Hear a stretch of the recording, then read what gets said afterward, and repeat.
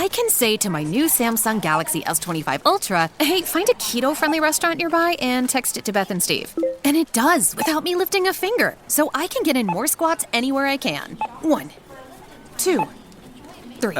Will that be cash or credit? Credit. 4. Galaxy S25 Ultra, the AI companion that does the heavy lifting so you can do you. Get yours at Samsung.com. Compatible with select apps. Requires Google Gemini account. Results may vary based on input. Check responses for accuracy.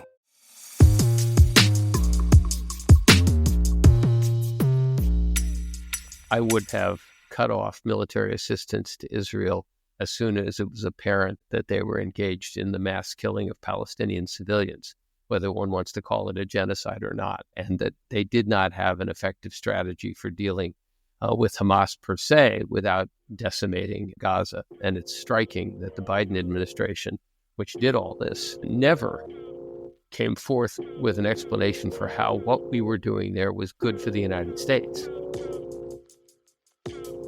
That's Stephen Walt, the Robert and Renee Belfer Professor of International Affairs at Harvard's Kennedy School, my guest this week on If You Were in Charge, with me, Sanam Naraghi Anderlini. Welcome, everyone. The show is brought to you by the Robert Bosch Academy and my organization, ICANN, where for 20 years we've been working with women peacebuilders on stopping wars and violence around the world. Each week, as you know, I talk with other doers and imaginers about the tough issues they tackle, and I ask them what they'd do if they were in charge.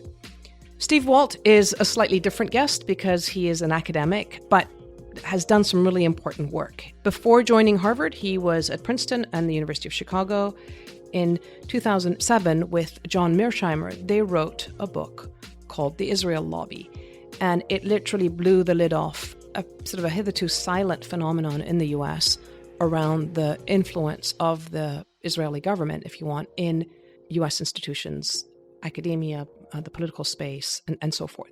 In 2018, he wrote the book, The Hell of Good Intentions, America's Policy Elite and the Decline of US Primacy.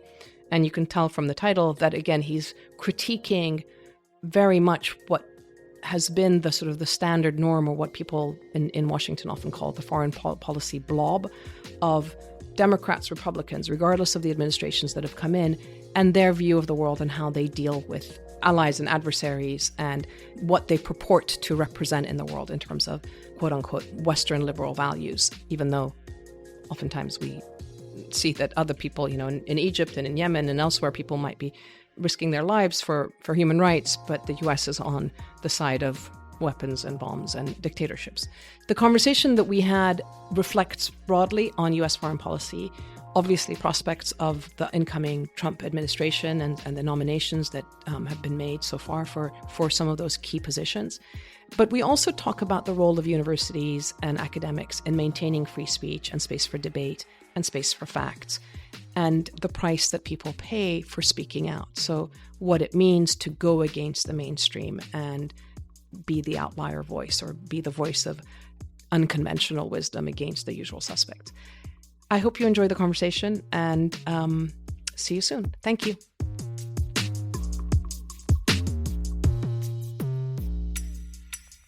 Hi, Steve. How are you doing? I'm doing well. How are you? I'm fine, thank you. Where are you these days? I'm currently in Vienna, Austria, on a fellowship at the Institute for Human Sciences and working on a new book project. That's very cool. Were you in the States when the elections happened, or were you watching it from afar? I was watching it from afar, but with considerable interest, and needless to say, was not particularly happy by the outcome. And how does it, actually, when looking at the various nominations, especially the foreign policy ones, how does it make you feel? Not great. First of all, we're seeing the appointment of a bunch of people whose views on foreign policy, I think, are dangerous. We're also seeing a number of people in some key positions who I think simply don't have the background, competence, or understanding to do those jobs effectively. They're all people who are likely to be quite loyal to Trump. Most of them, with a few exceptions, don't really have independent power bases. So they will serve at his whim, and he'll pay a little price if he has to get rid of any of them. Mm-hmm. And that, of course, will encourage them to do whatever Trump asks them to do. If you believe in a sort of competent government that's based on reasonably systematic decision-making and a reality-based approach to analysis, this is all deeply concerning. It sounds a bit, well, dictatorial. Dictators do this kind of thing, or as in anthropology, we sort of talk about charismatic leaders that emerge and basically become the center of power. And in a way, it's like a revolution, except the facade of our institutions are being kept, but from the inside out, these guys are changing things. Do you feel that? Is that something that you're worried about?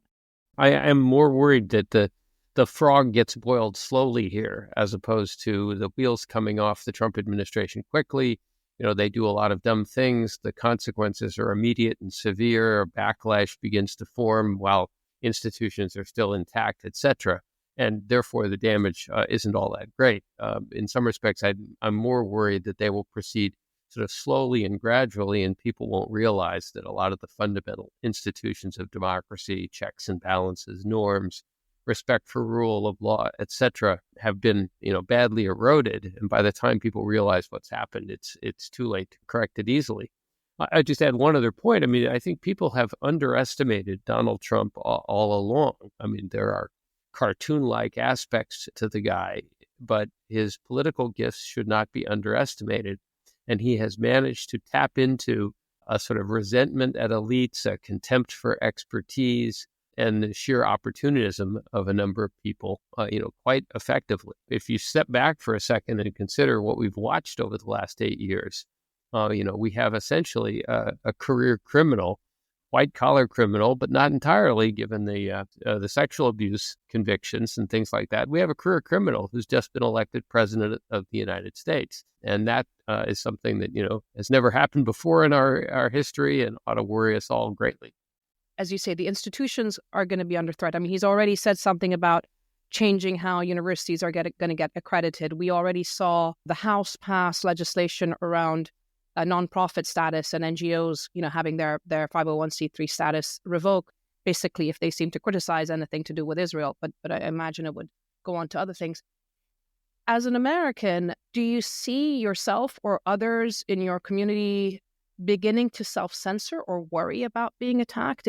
Or are you actually going out, 100 times more saying what you've just said is like, to maintain the space for freedom of expression? Is that a concern that you have?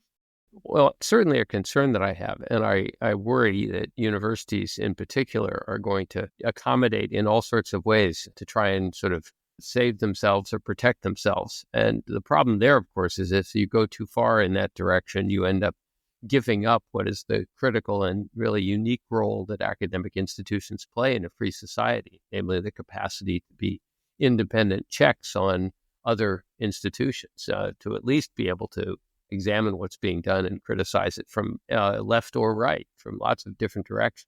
The challenge here, though, is self-censorship is very hard to detect.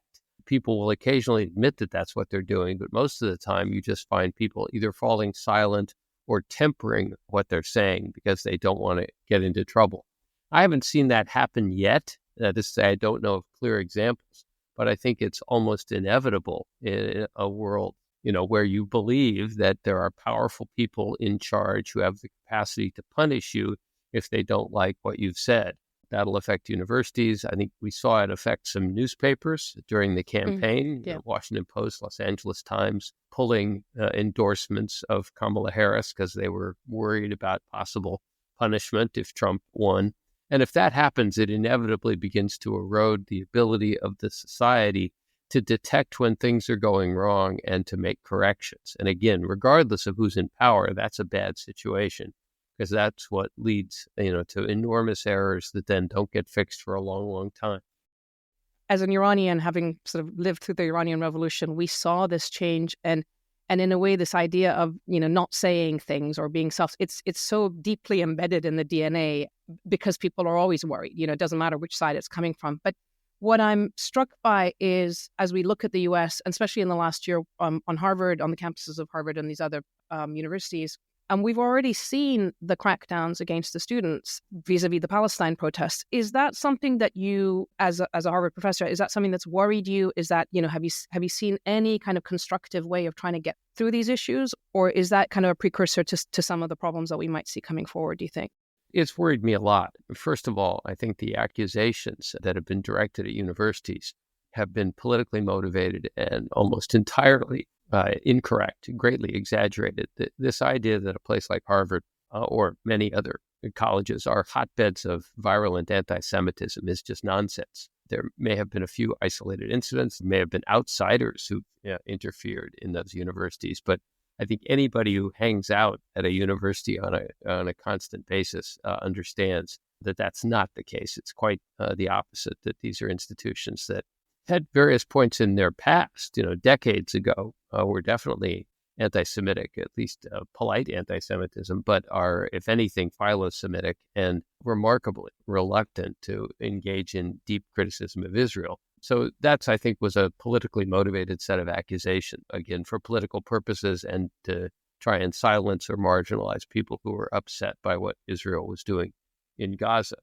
The second thing that worries me, of course, has been the response that universities have made, which is instead of defending academic freedom, instead of defending the rights of students to engage in peaceful, non-threatening protests, instead of encouraging everyone in a community to express their views and listen carefully to what others are saying in a respectful way, which I think is quite possible to do. And I think Harvard has managed to do that since I ended up on a number of occasions. And instead of doing all of those things and sort of saying, look, we're going to stand up for our principles here, I think Harvard and some other institutions have already started to go to great lengths to try and, get themselves off the front pages, get the Congress to look the other way, get donors to be quiet or to be more supportive. And the problem is, of course, you're selling your soul when you begin to do that.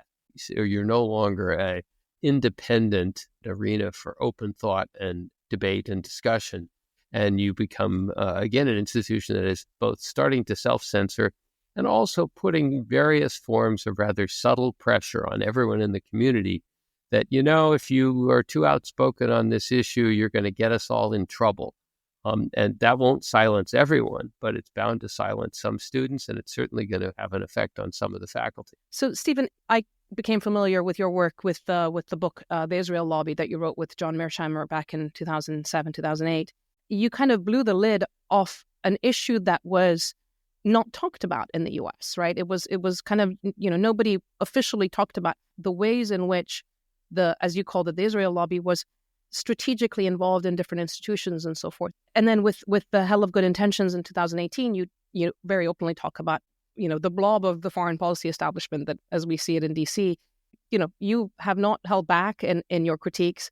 In the context of Harvard, with both in terms of the administration, in terms of the students, in terms of junior faculty, what are you trying to do now in terms of enabling these conversations to happen, given, as you said, the fear of self-censorship or the sort of the creeping silencing that might come on? I think there's several parts to it. I'm glad to have the question. I mean, first of all, is you just have to remind people in a university what they exist for, or what their core values are.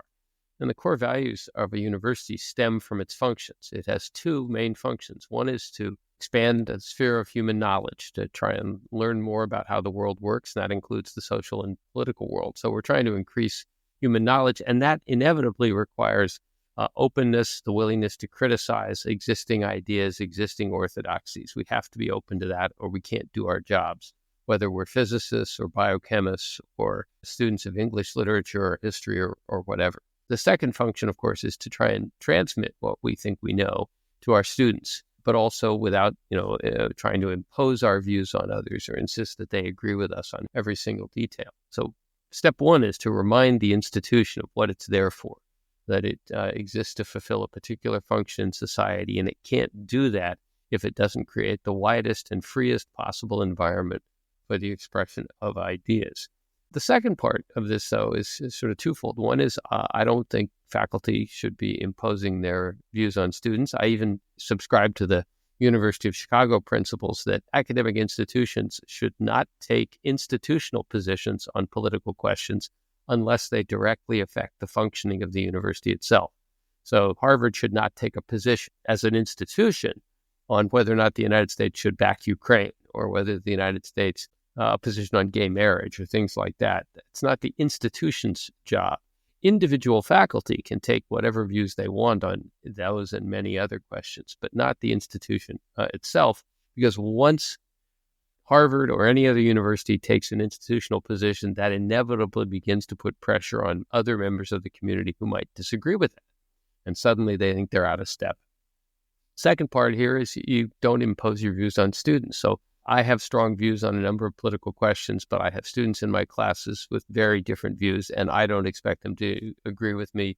You don't have to write papers that agree with my position in order to get an A in the class, etc. I want to learn from them by listening to their views, and I hope that I can make them wiser by at least having to confront alternative views, but without necessarily agreeing with me. And then the last part, I guess, and this is just my personal view, is you do have to show a certain respect for people that you disagree with, including my colleagues. So I think you could argue that I'm something of an outlier within the Kennedy School, but that doesn't involve, questioning the motives of the colleagues who have different views on American foreign policy than I do.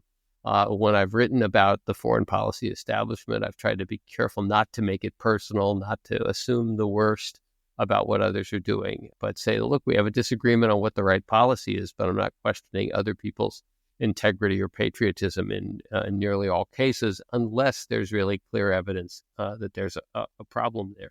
So I think those are the ways that you can try and navigate an environment where political pressures can be brought to bear, sometimes in a very subtle fashion, in an attempt, if not to silence people, either to marginalize them or get them to be a little quieter. Are there kind of moments that you felt particularly proud, whether it's seeing how your students have responded or what they've done, or is there something that you think, okay, this is my contribution and it makes you feel proud? Or have there been moments of despair in the last years that you've been doing this, that you think, what am I doing? What am I saying? Why am I writing all this stuff? Well, it's a little bit of both. So I've certainly been proud of a number of my students, students who have gone on to write, books and articles that I thought were really terrific. In some cases, students who have gone on to public service and I thought have done a good job. A former student of mine was one of the people who resigned over Gaza, not because of any influence I had on them, but because they put principles and moral convictions ahead of, career advancement. And I think that's deeply admirable. There have been obviously moments of despair, mingled with pride. So I'm actually proud of the work that John Mearsheimer and I did on the Israel lobby. And one of the things I'm proud about is that we were not deterred by the consequences we knew we would face if we wrote the book. We talked for a long time about writing the original article and whether it was a good idea, whether it would, help the world in any particular way. And we knew we'd face a firestorm of criticism, most of it completely unfair if we did. And then we finally decided that if, two tenured professors, one at Harvard, one at the University of Chicago, weren't willing to write this book, given that we already had, established positions, then nobody would be willing to write such a book. And I'm glad we decided to go forward. I'm actually quite proud of that. I am disappointed and sometimes, really upset by the fact that although the book clearly, as you said, sort of blew the lid off, got a taboo subject back out into the open where we could talk about it, it has not had the effects on U.S. policy that I might have hoped for, or effects on the Middle East itself that I might have hoped for. It's impossible to look at the horrors of the past year in the Middle East and not be deeply disappointed that American policy continues to be as myopic as it is, and I think morally bankrupt as it is, and that Israel is now acting in ways that are isolating itself in a variety of ways, and I think ultimately threatening its future, and that finally the Palestinians are suffering from those other two things, from America's moral bankruptcy and Israel's misconduct. I had hoped that things would move in a different direction if you could get American policy to shift to a more even-handed position. And that's been a big disappointment. Yeah, I remember I think it was 2008, when Obama came to power, you wrote an article about the dream team, or the kinds of advisors that they could have into the, in the new administration that would bring a different perspective. And yet we see the same people cycling in and out. Have you ever wondered that you would like to be there? Like, it's time for you to actually go. And I mean, have you ever sort of either been asked or been, considered, I really would like to be there making the decisions and and having a say in what's happening. Do you get that sort of any kind of frustration around that, or imaginings around that kind of thing? Absolutely. I mean, I had hoped at some point to serve my country in some public capacity, and I didn't want to do that earlier in my career because I didn't actually think I was ready for it when I was in my 20s or 30s. Jobs I might have been qualified for were not necessarily ones I wanted to do it. But there was a point, after I came from Chicago to the Kennedy School, where I began to sort of seriously entertain the idea of going into government at some point. And John and I knew that when we wrote that book, that was probably a fork in the road. I'd be sufficiently politically radioactive that no administration would go near me, and that has turned out to be the case. I did, in fact, go to the Obama administration's website during their transition in 2008 and, put my name in. But I think that's, not how those jobs are really filled anyway. And there was no way that was going to happen. That's proved to be true in a number of other realms as well. First of all, I think it's extraordinary for people to hear that, in a way, of course, we know how these appointments are largely done, but that, yes, there is a website and, any of us can go put our names in and kind of be part of some selection process. There's something quite democratic about that. But again, as you say, the issue is that what you've said out of government or what positions you've taken in end up becoming such a black mark. I mean, the same thing happened with Chaz Freeman when he was kind of nominated for National Security Advisor on some of his positions. And I might add, Chaz was, of course, an official with enormous experience, a distinguished record of government service. And when Obama nominated him to be head of the National Intelligence Council, a job for which he was beautifully qualified, of course, he got shot down by the Israel lobby. He's a much clearer case than somebody like me. It's just, first of all, it's depressing, right, to think that this is what happens, that some of the best people that we could have, and especially in a pluralistic society like the U.S., I always think that, you kind of have the best of everybody. You want somebody who's an expert in Nigeria. You've probably got one of the best Nigerians in, studying or working in the U.S. that could be your advisor. And yet we don't see new faces being brought in, except under somebody like Trump, which is kind of ironic. It's slightly bizarre to be seeing this right now. And here's the question, if you were in charge and if you were given that position right now, thinking about Ukraine, China, Iran, Gaza, where do you think the U.S. should be positioning itself? What should the U.S. be representing and trying to do in the world if you were given that opportunity? Oh, boy. There's a lot on that plate. I will say, just to go back briefly to what we were talking about before, I mean, the reason you want to get a range of views within a government is that a narrow ideological conformity means that bad ideas don't get evaluated, don't get challenged. Walter Lippmann had a great line, which is, when all think alike, no one thinks very much. And I think that captures the problem. And of course, that's what our foreign policy establishment is good at. It's good at weeding out people who are slightly outside the lines or who have an alternative perspective on issues. And it becomes a self-replicating group of people that tends to all share similar beliefs. So, if I were in charge, I think American policy would be fundamentally different on in a number of ways. And I've, written about this in the Conclusion to Hell of Good Intentions and in a lot of my writings in Foreign Policy magazine. Basically, the United States should get out of the business of trying to run local politics in places all over the world. We do not need to dominate the planet in order to be safe, secure, and prosperous. And we certainly neither have the wisdom nor the ability to tell other countries how they should behave, who should govern them, etc. And certainly not try to dictate that with military force or economic pressures or things like that. So I do argue for a sort of a more modest foreign policy. Some of us have called it a policy of restraint or a policy of offshore balancing. If you start applying that now to specifics, in the case of Ukraine, which faced an illegal invasion by Russia, an illegal invasion that was partly, not entirely, but partly the result of misguided American policies going back years, if not decades. The sad news there is that Ukraine is not going to win that war, and the sooner it comes to an end, the better for Ukraine. I wish that were not the case. I'd be happier if Ukraine had achieved a military victory and allowed it to regain all of its lost territory. But I think that's not going to happen. And the longer the war goes on, the worse it will be ultimately for Ukraine.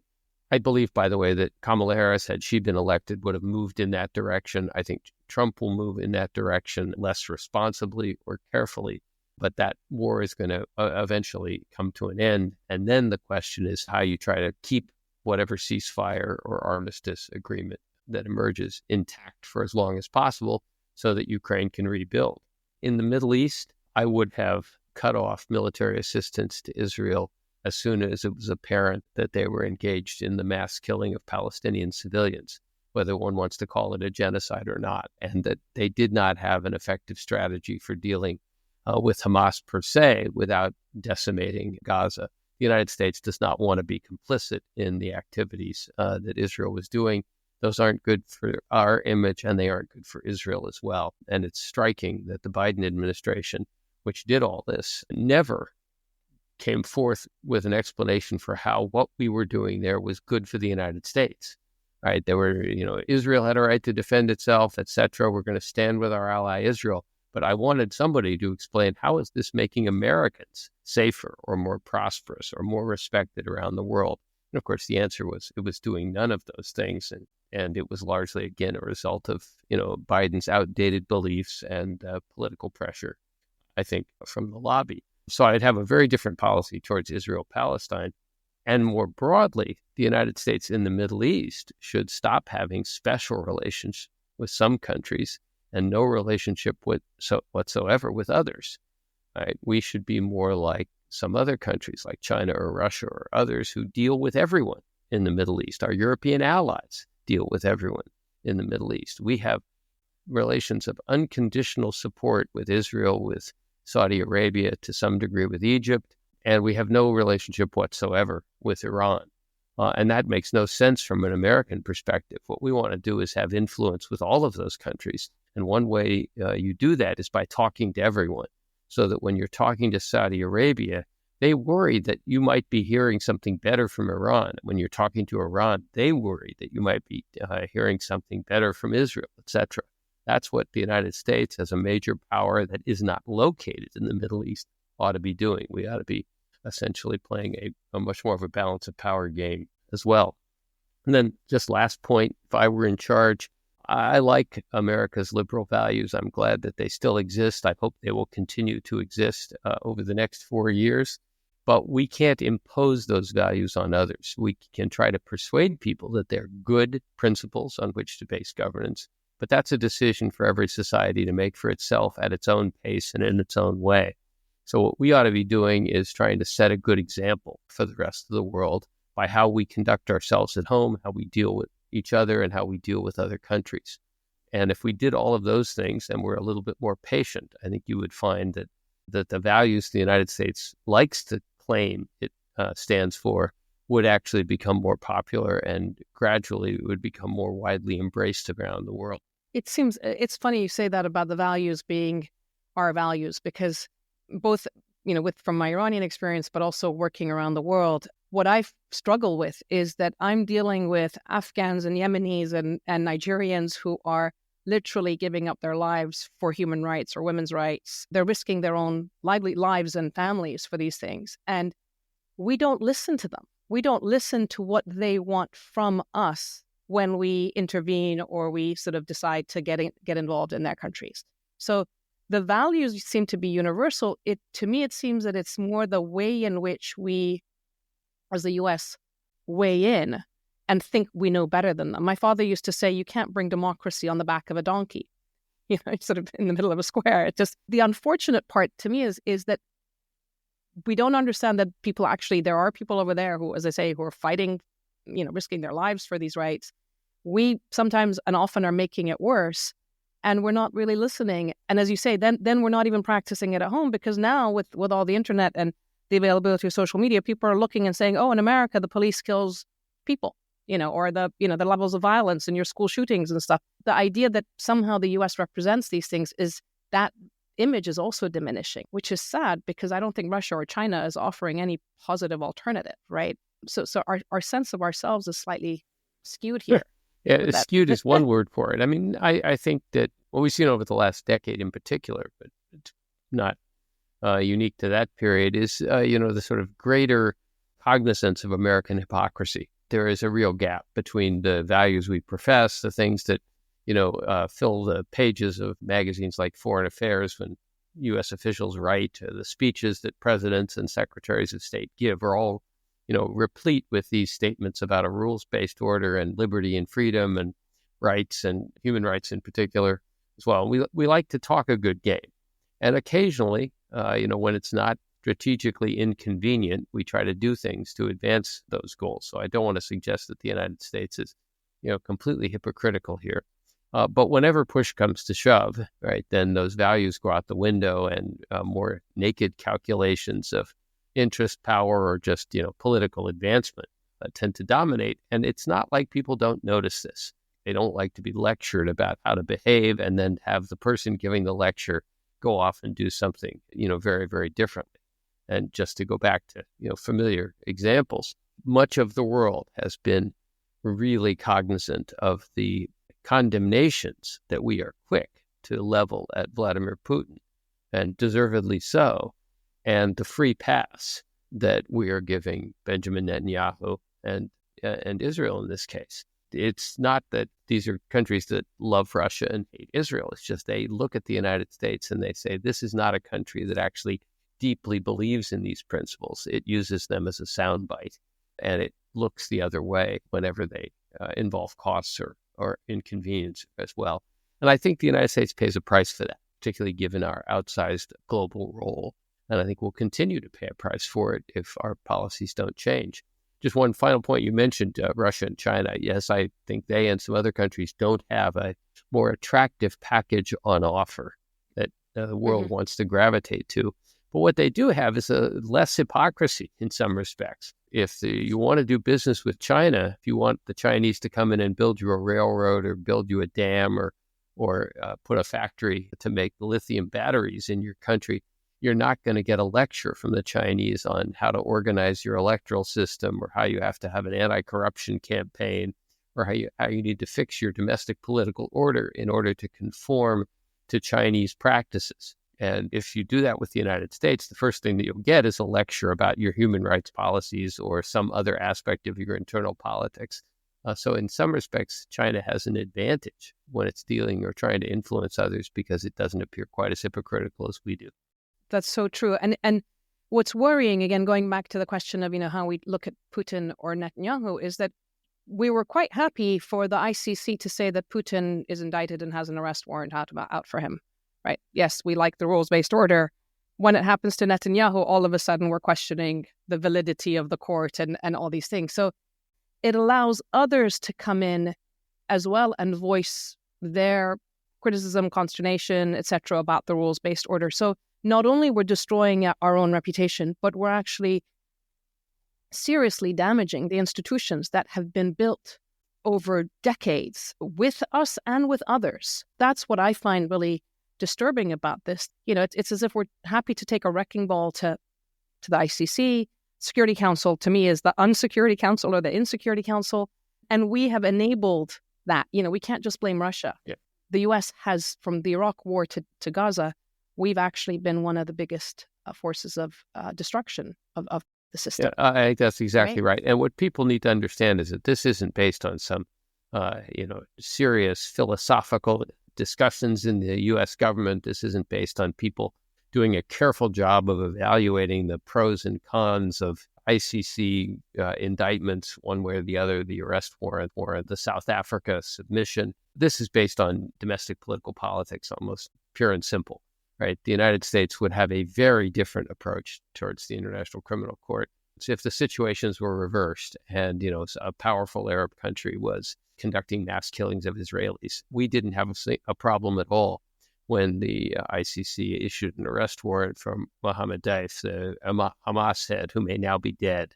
And again, I think that was a deserved indictment. What Hamas did on October 7th was violations of international law, in my view.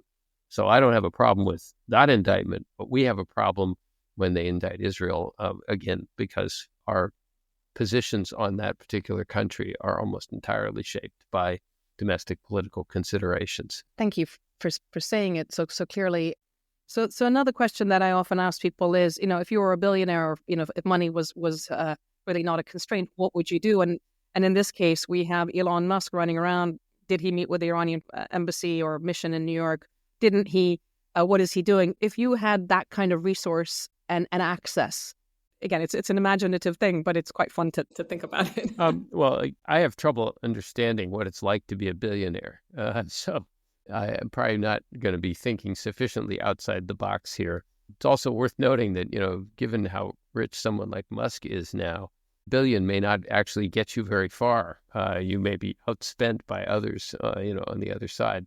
But to go back to where we began to talk about sort of the way universities and open societies operate, I think if I had that kind of money, I would be trying to use it to guarantee that we maintained an open, critical environment in which government policies could be effectively evaluated and criticized, regardless of whether the criticisms were coming from the right or from the left. And I would want to make sure that there were institutions like universities that were free from political fascists, that didn't mind being contrarian. I would like whistleblowers to have both protections, if they leave their jobs and can no longer pursue their chosen career, that they have a place to land where they can be protected and where they can write up their experiences and maybe disseminate them. So I would be trying to do whatever I could with the money not to directly influence government policy, not to sort of go in and say, please do it my way, and if so, I'll donate to your campaign, but rather to try and ensure that over the long haul, you continue to have institutions that can see when things are going wrong, can criticize what everyone else is saying is, revealed truth, and then can start suggesting alternatives. And that's a muddy, lumpy process. And by the way, those have to be institutions that have at their bedrock a commitment to truth. It's not just endowing a bunch of think tanks that have a particular view and will run roughshod over the evidence to advance that view. One of the great things about universities is they actually have standards, and it's hard to get tenure, and you have to have done research that people all over the world have recognized as being major contributions to knowledge. And as a result of that, you are more likely to get creative and accurate answers as opposed to just politically motivated propaganda. So again, if I were a billionaire or better, I would try to be doing everything I could to guarantee that such institutions survived, particularly in an environment where they're going to face lots of both economic and possibly governmental pressure designed to neuter them. That's really interesting. And it's funny because as you were speaking, I was thinking about all of the employees in the State Department at senior levels, maybe in the UN mission and so forth, who I sometimes wonder if they felt that they had some safety in terms of their livelihoods or their future outside of the system, whether they would have resigned, right? Whether they would have stepped down and said, I'm not going to vote for the veto or whatever. Like how much are people stuck and chained to their jobs and these positions that they have to take because of their own personal economics? Yeah, there's two problems here. One is the personal economic point that, if you have kids in college, you have a mortgage to pay off, et cetera, you want to make sure you're ready for retirement. There are real disincentives to leaving, a good paying job. The second problem, of course, is in our political system, principled resignation pretty much means that that's it for your government career. You're not going to get hired again by anybody else because loyalty is prized so much. And future administrations might worry that, if we bring this person back in and they're unhappy, they'll just resign again and that'll be embarrassing. I want team players who won't cause me trouble. So if you're sitting in the government and you're thinking about resigning on principle, you're not just maybe losing your livelihood in the short term. You have to consider a completely different career track, or at least a somewhat different career track going forward. And that's actually a bit of a problem, that we aren't willing to recognize that sometimes someone should be able to resign on principle, but still be eligible for a future appointment in an administration that sees the world more like he or she did. There are some cases where that's happened, but not very many. I moved to the States in 2001, and I was working for a private foundation, and completely kind of these things that you're talking about, the loyalty to the head or the principal without any question.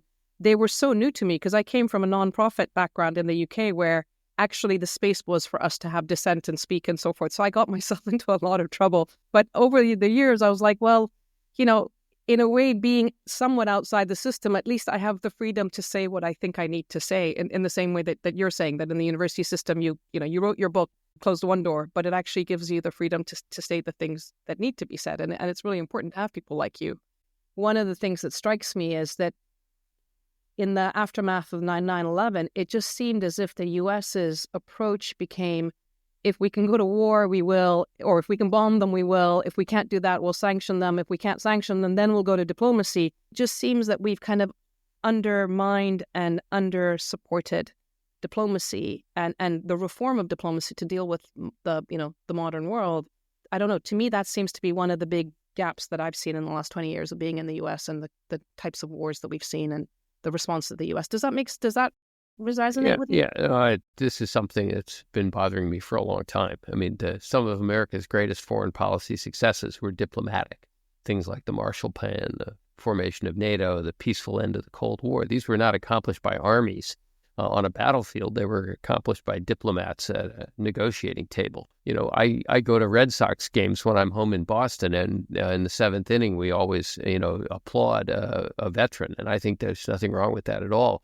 But just once, I'd love it if we applauded a diplomat, applauded as someone who had been responsible for a successful negotiation that ended a war or ended a famine or something like that.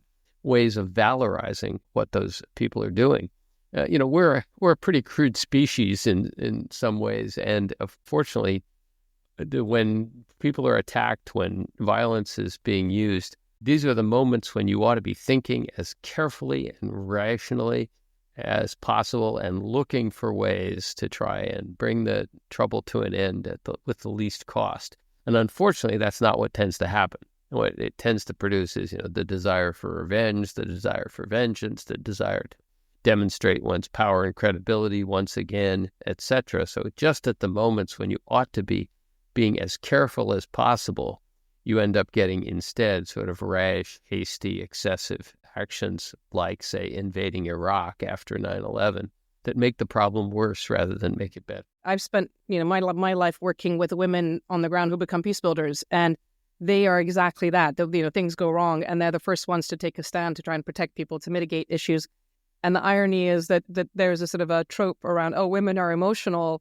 And I'm like, no, women are really rational. We can't afford to be angry. We have to, get things done and resolved. And it's anger that's driving a lot of these wars. But again, there's like an invisibility about who is doing the work on the ground, and then as you say, the big powers that come in.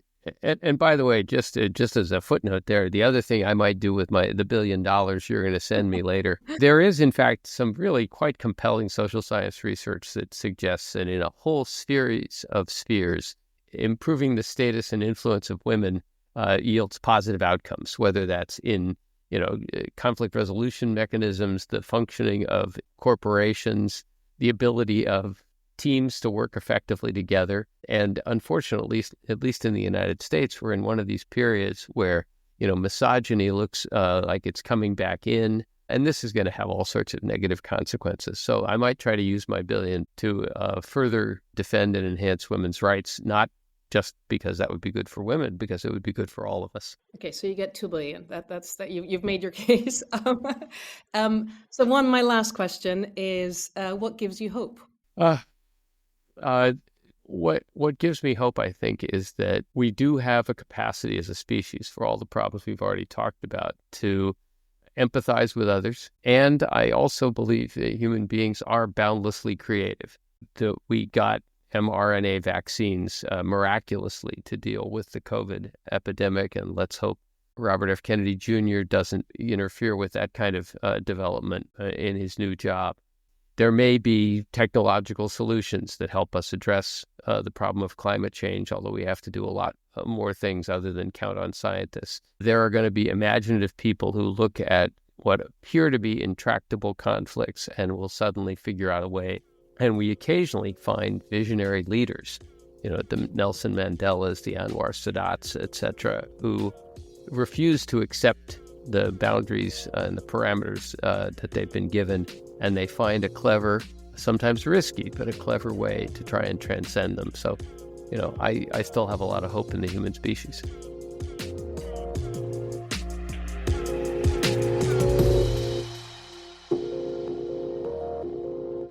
Hi, Sos. Hi. Are you back to knitting? It's not knitting, it's crochet, but Nice. yeah. What are you making? I'm making a hat. Who for? Can I have one? Lots of Secret Santa things coming up. I need to impress everyone by making homemade things. Okay, well, can I put my name on the list, please? You're at the bottom, but sure. Charming. It's very long, this list. Okay. So, my last conversation was with Stephen Walt. Steve Walt, as you heard, he has been a pretty vocal critic of a lot of U.S. foreign policy of the last 20 years. And I think when I first came across him, it was in 2008, I think, when his book with John Mearsheimer was published, The Israel Lobby. And it was just extraordinary to see such a detailed accounting of how the lobby of one country has such influence in the U.S. But his more recent book, also about the hell of good intentions, is a very clear discussion and critique of the last 20, 30 years, I should say, of U.S. foreign policy. A lot of the space that I've been working in, so it was quite interesting to see his perspective and hear what he has to say, and also the personal cost that comes with speaking out. What was your sense of the conversation? I think it's like some of the things he was saying were interesting, particularly about the institutions shouldn't be political and that they should like protect their own faculty, like who are wanting to speak out and all that. Yeah, it's like it seems like such a simple thing, but then it's clearly just hasn't been happening recently, even though on the surface it's like, well, of course you'd think that universities and things like that would be doing that. Also his point about the fact that you don't necessarily know when people self-censor, and I think that's so true. It's I think it happens a lot, and a lot of the times it's not just sort of diluting what you want to say, it's actually just refusing, being silent in the conversations on certain issues. Yeah, and then that tied in also with what he was saying at the end about what he would do with, like, if he was in charge, to actually protect these institutions and, like, make them, or, like, make sure that there are places that are, I think he used the phrase something like protecting the truth or actually tied to the truth somehow, and making sure that they are, in fact, like, fulfilling their purpose and that they're not so influenced by politics. If he had all this money and he wanted to have like political, societal change, he would choose to go through institutions and universities rather than like short-term politics, I guess. I thought what he said about creating I don't know whether he would have called it a think tank or what kind of institution, but a space, as you said, for facts and truth to come out and different perspectives and so forth, was really important because his implicit, and I didn't, and maybe I should have asked him this very explicitly, but I think the implicit assumption and at least what we know in the US universe is that there are all these think tanks, obviously in DC that we see, but they're not committed to actually finding the truth. Well, right. I mean, it's two things. I mean, they lean politically one way or the other, and they are funded by, whether it's governments or private philanthropy or whoever it is that is giving them the money. Oftentimes there are sort of either invisible or visible strings attached, and we forget that because we see the brands.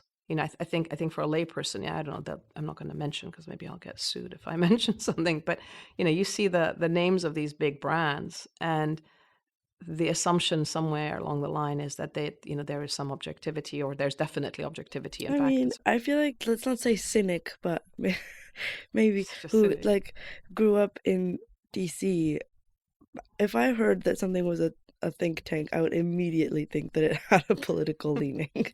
Like there would be no doubt to me that it was not little objective. Faith. Yeah, my generation, we kind of, I don't know, we had more awe or respect for institutions, whatever they were, and then as time has gone on, I've sort of, maybe I don't even really know what a think tank is. Like, to me, a think tank is where I don't actually know the names of any think tanks, so we won't get sued. This is just broad, but I'm like, are they not places that, like, I don't know, lobbyists go and like come up with ideas for what they're gonna think up some new ideas for what they're gonna depends on the lobby thing. about? I think it's a combination. You have people who sort of have an academic leaning, right, and they do research, but research with a policy lens, and then you get political appointees or people who've been in the policy universe and in government who kind of cycle in and out of governmental positions, and while they're out of government, they perch in various think tanks. Okay, well, sorry to all those think tankers that I've just insulted. Yeah, exactly. You've smeared them. But yes, I mean, this question of saying, can we have a space where we go with the facts and we go with different logical arguments and understanding and different perspectives, as opposed to what we want the truth to be, if you assume, yeah. I thought his point about whistleblowers or people who resign from government institutions and protecting them as well as kind of a way to allow people to speak out or resign for like moral reasons within these government institutions that, as he was describing, like value loyalty a lot and will like blacklist you or something if you are seen to kind of not be a team player. Yeah, so making sure that they kind of have some kind of protections and feel like they are able to do this, like it's a choice that they can make, was interesting. Yeah, because at the end of the day, for example, if we take what's happening with Gaza, I know lots of people who work in the State Department who disagree with what the position has been, right? Mm-hmm. And they stay inside. Now, some of them will say, oh, we stay inside because we're trying to make the change from within. But then after a while, you think, well, there hasn't been change from within, right? So what's the point? Or some of them will say, oh, we were, before the elections, there was like, the threat of Trump, and so we had to stick together, and we needed the Democrats to win. And it's like, okay, are we going to see more resignations now? I mean, it's the 11th hour, so does it really make a difference? But it comes down to, there is an element, I think, that people will use excuses to stay, and I think it comes down to what a lot of what he was saying around, it's your salary and you've got college fees to pay, or you've got a mortgage, and in the end, if the people that know things, and if the people who are real experts on the issues don't speak out because of fear for themselves, then the institutions also become undermined, right? I mean, the institution at the end of the day is a collection of the people and their willingness to speak out. So, in the grand scheme of things, it seems like a small point to say, oh, I'd like to have a place where people can come and feel safe, and they'll still have an income and so forth. But you realize that these small fixes are so important to the bigger problem that's out there. And then I also found it quite ironic that right now a lot of the criticism about the Trump nominees and so forth is that he's only looking for loyalists, people who have to stand with him. He doesn't want anybody who's going to go against him. And it's like, well, actually, everyone does that. Everybody does that, right? Yeah. To some degree or another. It seems to be like that. Certainly, when we were in DC, there were certain policy issues. I remember at some point on Afghanistan, somebody called me and asked me to speak out, and I asked them, why does it matter that I criticize something that's come out of the State Department? There are lots of other people who have a bigger voice. And she basically told, and she basically said, oh, well, they would, people worry about losing their access, and then she meant access to the White House. And I was like, well, I don't have access to the White House, so I can say whatever I want. Nothing to lose. Yeah, exactly. But it is that it's that you're a slightly, you're a loose cannon, or you're not a team player. You're not loyal. You're not team player. And again, for me, it's ironic because I'm like, the ultimate loyalty is the ability to show dissent, and your freedom of speech or expression is a responsibility, not just a right. And you have to kind of, the courage that it takes to speak out is something that, in a way, I take for granted. But you realize how important it is. Yeah. So on the question of his discussion about Harvard and reactions both to Palestine, but also looking forward. You're at MIT. You've seen what's happened on campus there. If you were a student there now, or even where you are right now, how did you react to his comments about whether universities are actually standing up for freedom of I mean, they expression. definitely rang true. I mean, it's very clear that the universities are not standing up for the students. I mean, or large portions of their students. We talked about this also in the discussions about the police and campus police, and they're controlled by the university, right? So yeah, it seems very obvious that it's going to get worse. I think a lot of the stuff with Trump coming in about Gaza and Israel Palestine, if people think it's bad now, it's gonna get worse, and I think that the stuff on universities is gonna not no exception.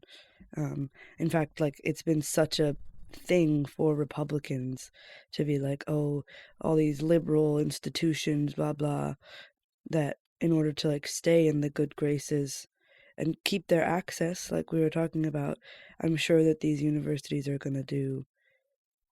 I mean, hope maybe it'll prompt them to take a stand, but I don't think that unlikely that will actually be the case.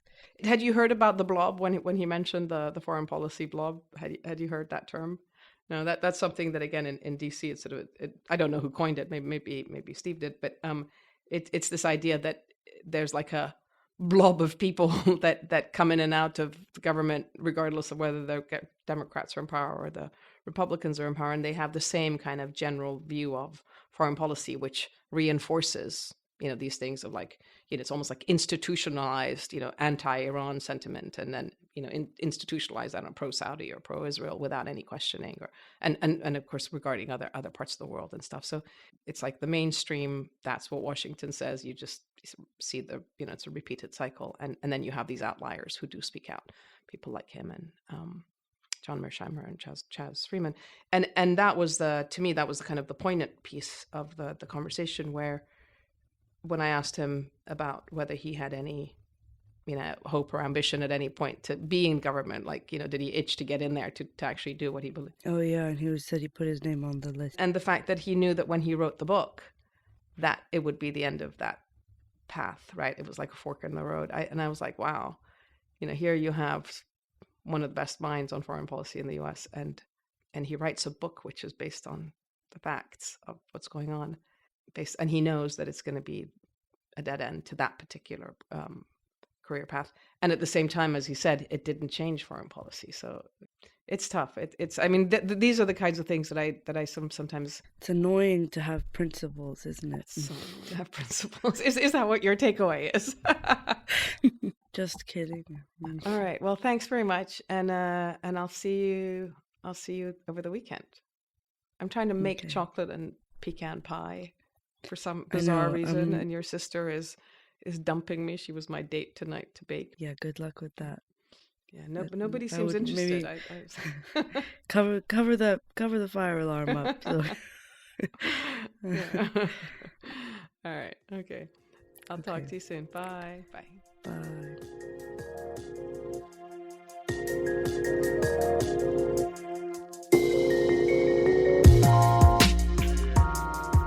This is an Africa Digital audio production. My executive producer is Pierce Lynch, and it contains original music by Little Monster Media. Remember, you can catch a new episode of If You Were in Charge every Tuesday. A huge thanks from me to the Bosch Academy for making these conversations possible, and to my own organization, ICANN, for allowing me the time to explore these big issues with my guests and spend some time with my daughters. If you want to get in touch, you can find all our social media links on our website, and the link is in the description of the episode. So that's it for If You Were in Charge. I'm Sanam Naraghi Anderlini. See you next time. Bye.